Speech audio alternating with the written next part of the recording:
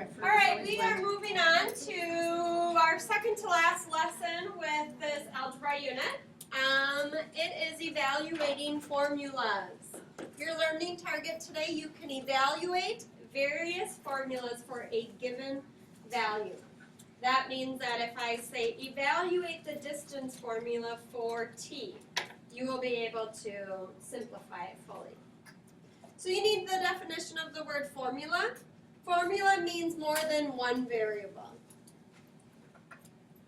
Formula is more than one variable.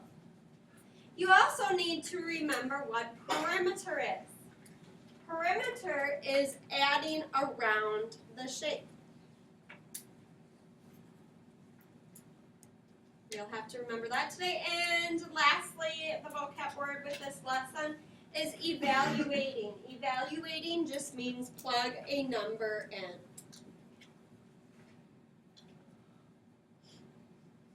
Okay, so the first formula we're going to talk about is the distance formula. The distance formula is given as follows. Distance equals rate times time. Meaning however far you go is equal to how fast you're going. That's R. This is how fast you're going and how long you traveled. And this is your distance. So the distance you travel is equal to however fast you're going times the amount of time. For instance, if I'm going 65 miles an hour down 94, and I want to know how far did I travel if I was traveling for 2 hours down 94, assuming I have a constant speed. 13. So you'd say my distance would equal how fast I was going, 65, times the 2 hours. So I traveled how far? 130. Cruise Right. control. Yes. So it's aligned with that. I think you did distance in science, if I recall correctly. So it's nothing. Calculator is permitted today. You will definitely want it. There's lots of decimal stuff. Yes. Okay, so let's go ahead and you're going to use this to find missing variables. So my strategy is I always write the formula down.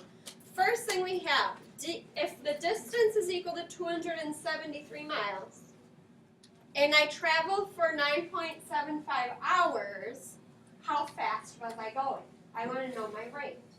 So you write down, you just write your equation down. Distance equals rate times time. Notice I have my distance and I have my time. So I need to solve for my rate. Plugging in, 273 equals 9.75 times my rate. Notice I just kind of put the number in front, the variable last. Now how do you get rid of 9.75? I divide both sides.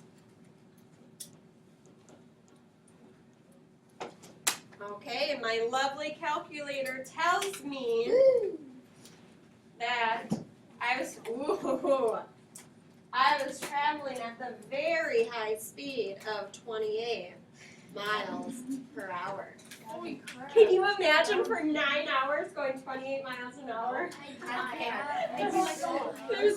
That'd be fun. That'd be a lot I'd of turn on fun. the cruise control, fall asleep. Your grandma. Okay. No, I turn on 80 and just fall asleep. Watch a half chase. Okay, so now we have our rate is 45 miles per hour. Our time is 6 hours. So I want to know how far did I travel. So the variable missing is distance. So I have distance equals rate times time. Rate goes to rate, time goes to time. Time is in hours, by the way. Time is in hours. So my distance is equal to 45 times 6, which is 270 miles. So notice I didn't have to, it's already solved for on this one. I didn't have to do any particular solving. Okay, I want you to try to do the bottom two. Okay, again, when I first start applying the distance formula, the first thing I always do is write the actual formula down. Distance equals rate times time. Plug in what I know, and then I rewrite it. 540.75 equals 10.5 time. So it looks like I need to solve for time. So I'm going to divide both sides by 10.5. And we get 51.5. Okay? So it looks like I have years. So 51.5 years. Wowzers. It's a lot of years. So now we have T is 4 hours, R is 70 miles per hour. Distance equals rate times time. Plug in what I know. So it looks like I'm solving for distance. Distance equals 70 times 4, which is 280. I want you to just look at your questions on the left-hand side.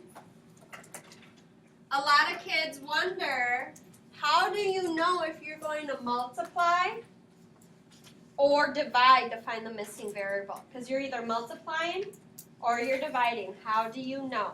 There is a way to know. Anybody got it? Michael?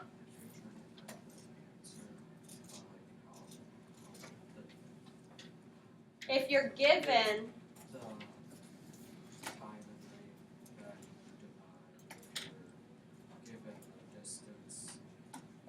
the distance, you need to divide.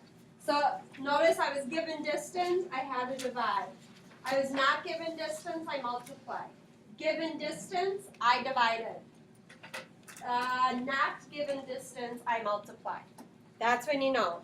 If you're given the distance, you divide. Okay, perimeter formula. Perimeter of a shape is equal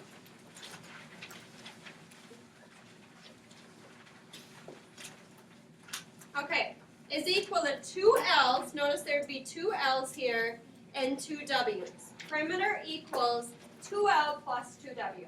So we're going to actively use this formula to solve for missing dimensions. If you have a rectangle with a length of 9 and a width of 11, what is the perimeter? So perimeter is equal to 2 times the length plus 2 times the W. The length is 9, the width is 11. Perimeter equals 2 times 9 plus 2 times 11.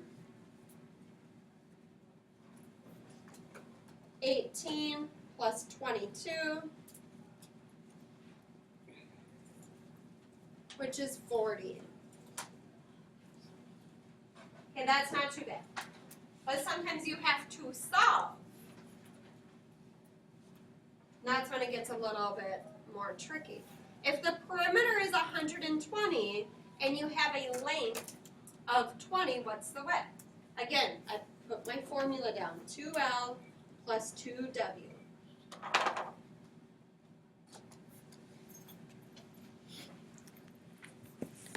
Plug in what you know. So I know my perimeter, so perimeter is going to go with the P. Length is going to go with the L. Plugging it in, 120 equals 2 times 20 plus 2W. Simplifying, 120 equals 40 plus 2W. Using algebra to solve, what do we get? 80 equals 2W. Divide by 2. 40 equals my width. Okay, yep. Could you just do 2 times 20 plus W and 120 times W? but remember,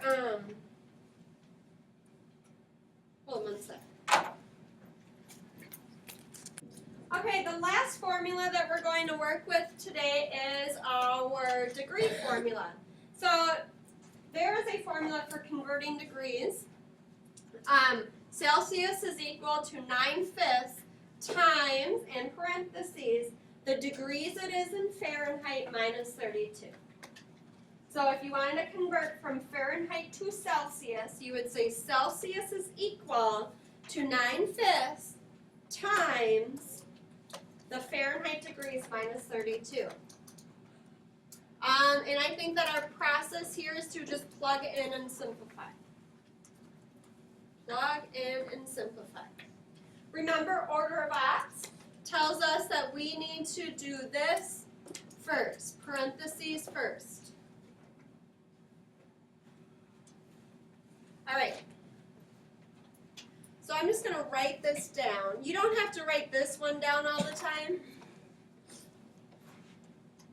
if you don't want to. So F is 12. I'm going to put 12 right there. So then my Celsius is equal to 9/5 times, what's 12 minus 32? Negative 20. Yup, negative Aha. 20. And now you multiply. This is just 9/5 times negative 20 over 1. Cross simplify. Top times top over bottom times bottom. I am negative 36 degrees Celsius. So it's really not too bad to work with. It's just an ugly formula.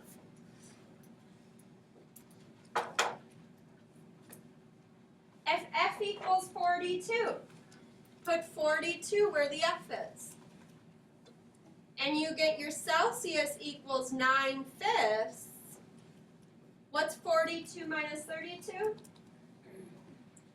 Huh? 10? Then I usually just rewrite that. Cross simplify. Top times top over bottom times bottom. So 18 degrees. Okay, if my Fahrenheit is 2, I put the 2 where the F is. Celsius equals 9/5 times negative 30 over 1. Cross simplify. Negative 54, it looks like, degrees Celsius.